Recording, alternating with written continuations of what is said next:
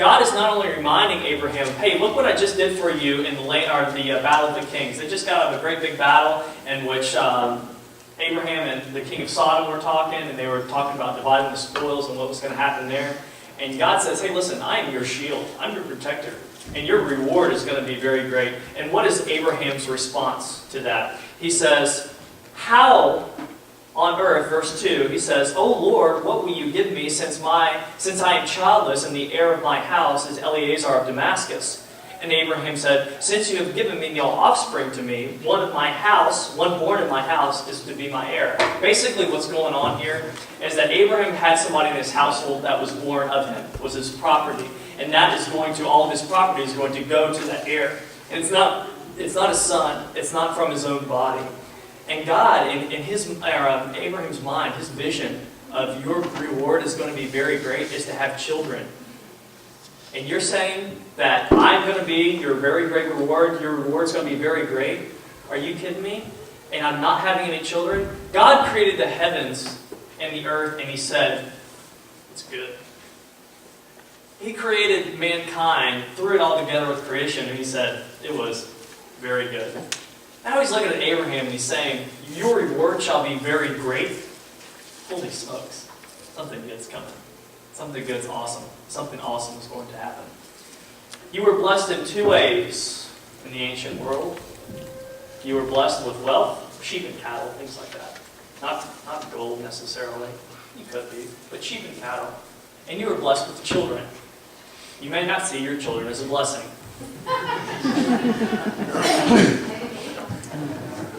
But in the ancient world, they were very much so. Children were a symbol of you. To have a child meant that you had something. Off sermon notes. Do you ever remember in Robin Hood with Kevin Costner, when little John pulls out his son because of the pregnancy complication, he brings it out and says, this is my son, he holds it, very happy. He's already got children, but he still has the son, and he brings him out and he lifts him on high. That's kind of what's going on in the ancient world, man. Children were very much a symbol of who you were. And as long as your children were living, as long as your descendants kept going on, so you were thought to keep going on. Your spirit was thought to keep going on. That's a very good point that we'll get to later on. So Abraham says, God, how can you say my reward's going to be very great and you've not given me any children? Oh, just wait, Abraham. Verse 4, then behold, the word of the Lord came to him, saying, this man will not be your heir, but one will come forth from your own body. He shall be your heir. And he took him outside and said, now look up to the heavens and count the stars, if you are able to count them. And he said to them, so shall your descendants be. Abraham and his wife are probably past the childbirthing stage. God takes Abraham out of his tent and he says, look up to the sky and see the stars. Count them if you are able to count them. And the number of stars that you have up there, so shall your descendants be. Abraham did not need to hear anything else, because Abraham was just told that he was going to be remembered and lived forever. And so he is. I remember Abraham. You remember Abraham. Everyone remembers Abraham. Because the covenant that God establishes with Abraham brings the entire world back to the meaning of who God the Creator is. Very, very cool stuff.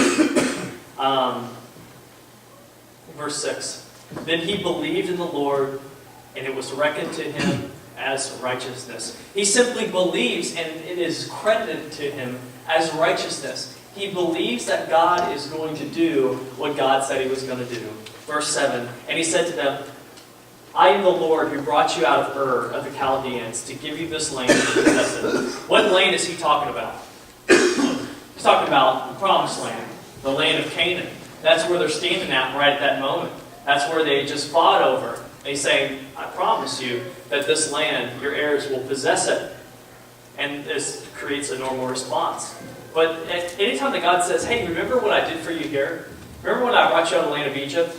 Remember when I brought you out of the land of Ur? He's basically saying this. He's saying, remember when you trusted me with this thing in your life. Trust me now with this next thing. Okay? You've trusted me here. You've trusted me here before. I want you to trust me again. And that's exactly what God is saying to Abraham. So Abraham puts forth a question. He wants to know if these things are going to happen. And this is what he says, verse 8. O Lord God, how may I know that I will possess it? So he said to him, bring me a 3-year-old heifer, and a 3-year-old female goat, and a 3-year-old ram, and a turtle dove, and a young pigeon. Then he brought all these things to him, and he cut them in two, and he laid them on opposite halves of each other. But he did not cut the birds. The birds of prey came down upon the carcasses, and Abraham drove them away. Notice how Abraham knows exactly what to do. This is always funny. You look throughout Leviticus, and you see the way that God tells his people in such great detail how to prepare sacrifices, how to prepare the tabernacle. Structured detail. But for some reason, on the basis of the covenant in which the entire world would know God, Abraham knows exactly what to do. I wonder why that is. Probably because Abraham's done it before. He knows exactly what's going on and what's happening. So what is happening? Covenant.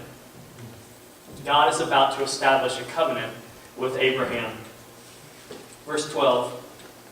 Now when the sun was going down, a deep sleep fell upon Abram, and behold, terror and great darkness fell upon him. Why is terror and darkness falling upon Abram? Because he's about to enter into a covenant with the creator of the universe. He's about to enter into this agreement, this contract, which I don't necessarily know if I'm going to be able to fulfill. I don't know what requirements you're going to make of me, but we're about to find out. Great terror and darkness would follow me too. That's just how I feel. Verse 13. God said to Abram, know for certain that your descendants will be strangers in a land that is not their own, and they will be enslaved and oppressed for 400 years. But I will also judge the nation whom they serve, and afterwards they will come out with many possessions. By the way, let's stop there. When they come out of the land of Egypt, and God leads his people out to the desert, how does he lead them? He leads them in two forms. Do you remember how he leads them? A pillar of cloud by day and a pillar of fire by night. You just remember that. You just remember that. We'll see how far we get. Verse 15. And as for you, Abram, will go to your fathers in peace, and you will be buried at a good old age. And then in the 4th generation, they will return here, for the iniquity of the Amorites is not yet complete. Now you might be piecing in your head, you might be piecing in your mind exactly what's going on with Israel's history. 400 years later, the Israelites would be led out to the promised land of Canaan, into Canaan, the land of Canaan, and the battles that Joshua would win, so on and so forth. You might be going there in your head. Don't, because that's not the awesomeness of the story. Are you ready? Are you ready for it? I don't know if you're ready. Are you ready for the awesomeness of the story? Here we go.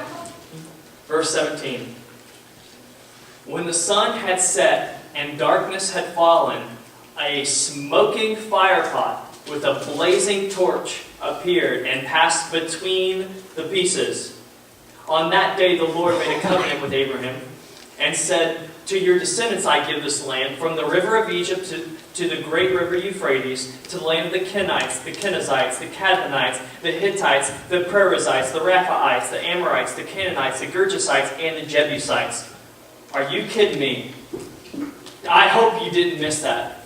I hope you did not miss that God walks the blood path. God swears by the only thing in this world that can't be killed, the entire thing and of all of existence that can't be cut in two, by himself, that Abraham will receive descendants, the hope of the future, and he will have a place to stay. Are you kidding me?